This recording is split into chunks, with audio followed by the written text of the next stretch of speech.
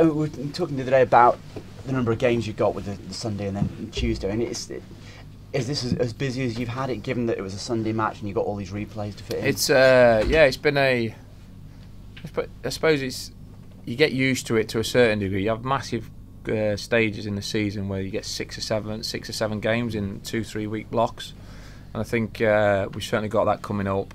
And then you look, and then before you know it, you're on the Christmas fixtures as well. So plenty of football to be played, plenty of points up for grabs, and we're still in a couple of competitions as well.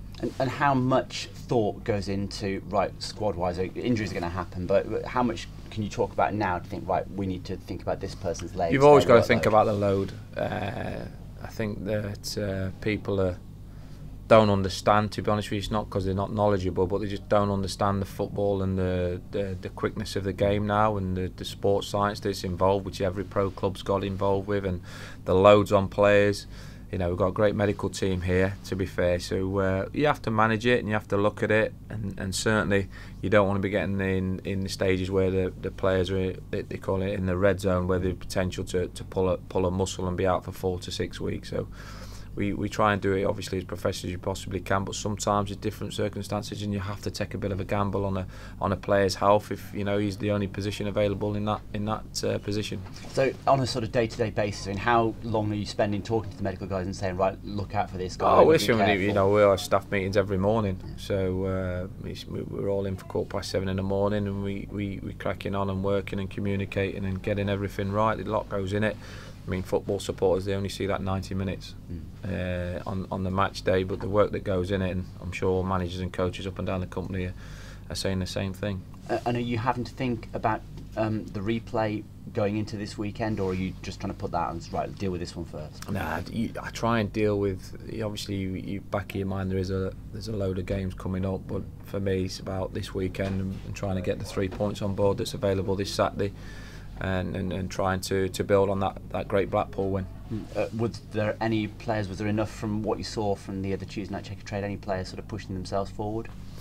I think our biggest problem still, you're still in abundance the other night, is that we're not doing well enough in the top third of the pitch. And as a manager, you have to adapt to different ways to try and win football games. And that's what I'm doing at the minute until, shall we say, your match winners are in better form.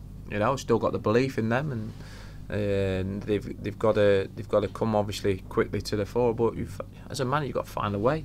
I think we've found that certainly over the last 6-7 weeks. We've been robust, we've been organised. Yes, we need to be a lot better, but we hope to try and continue, like I say, from the Blackpool win. Yeah, and there were certainly signs in that second half against Barnet and up at Bloomfield Road as well, where you're playing your best football when you get it down, you get those quick little passes.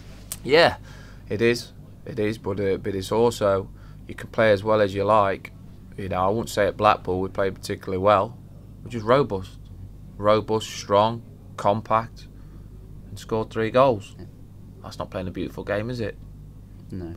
Well, yeah, football for me is when you're in a situation where is in football, I can quite comfortably go and play a great to watch football 11 on the eye and get beat 2-0.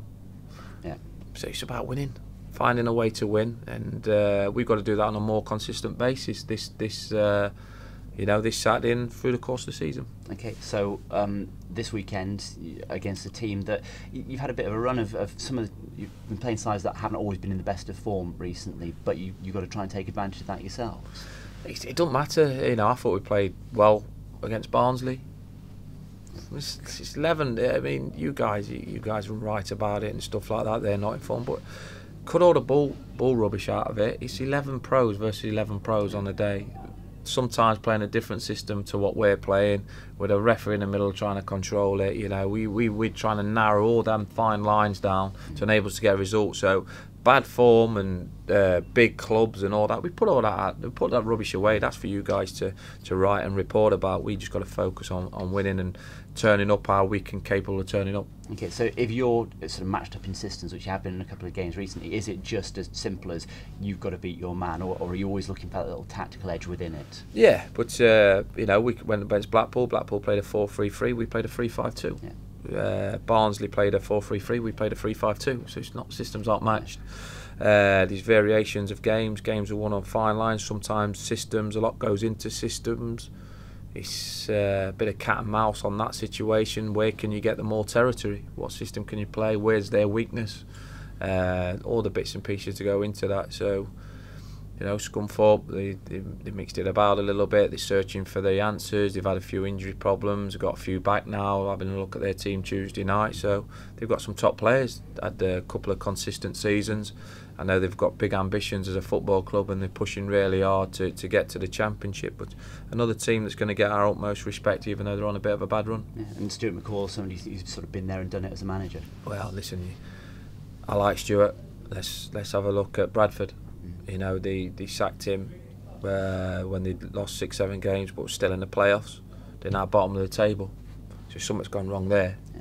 Do you know what I mean? So I don't like to be critical of. Well, I am critical of clubs that keep getting rid of managers and whatnot, and think that it's all rose in the garden elsewhere and stuff like that. But sometimes you've got to be careful what you wish for. And I think Stuart McCall will turn Scunthorpe round. I think he'll kick him on. He's a good manager. Thank you very much.